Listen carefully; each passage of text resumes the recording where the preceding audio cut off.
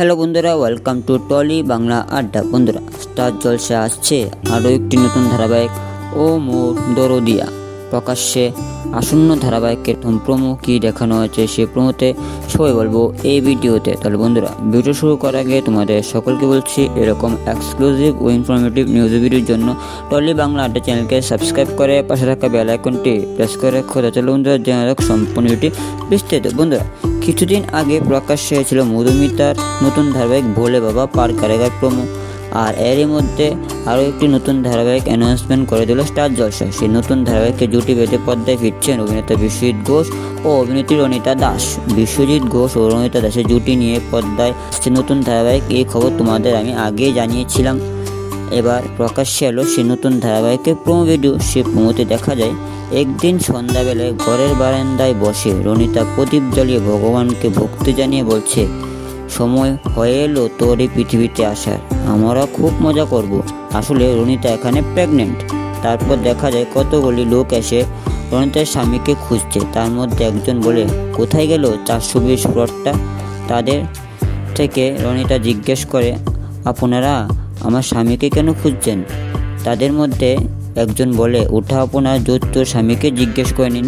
তারপর রণিতা ঘরের ভিতর ঢুকে তার স্বামীকে ব্যাগ গুছাতে রেখে বলে, এই কোথায় যাচ্ছ তুমি? উত্তর দিচ্ছ না কেন? তখন বিদ্যুৎ অর্থাৎ রণিতার স্বামী তাকে চেপে ধরে বলে, একদম চুপ, দেখছিস না বাইরে নেকড়ের দলগুলি দাঁড়িয়ে আছে, আমাকে পালাতে হবে। সেই সময় রণিতা বলে, আমাকে এই অবস্থায় রেখে তুমি কোথায় পালাচ্ছ? এই কথা শুনে বিদ্যুৎ বলে, তোর আর তোর বাচ্চার দায়িত্ব আমার নাকি, নিজে সামলে নে।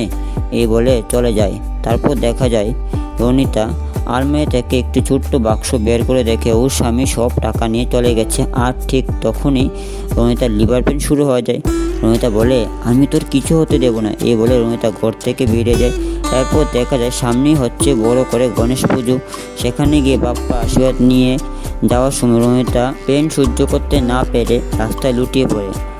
আর সেই সময় সেখানে একটি গাড়ি এসে থামে, আর সেই গাড়ি থেকে বেরিয়ে আসে গল্পের নায়ক অভিনেতা বিশ্বজিৎ ঘোষ।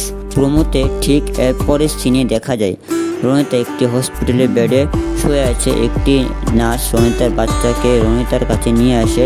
সেই নার্সকে জিজ্ঞেস করে, আমি এখানে কি করে এলাম? তখন সেই নার্সটি বলে, একজন ভদ্রলোক সাক্ষাৎ দেবদূত গো, আজকে ওনার জন্য তোমার আর তোমার বাচ্চা দুজনেই সুস্থ আছো আর বেঁচে আছো, আর উনি তোমাদের হসপিটালে সব বিল মিটিয়ে দিয়েছেন।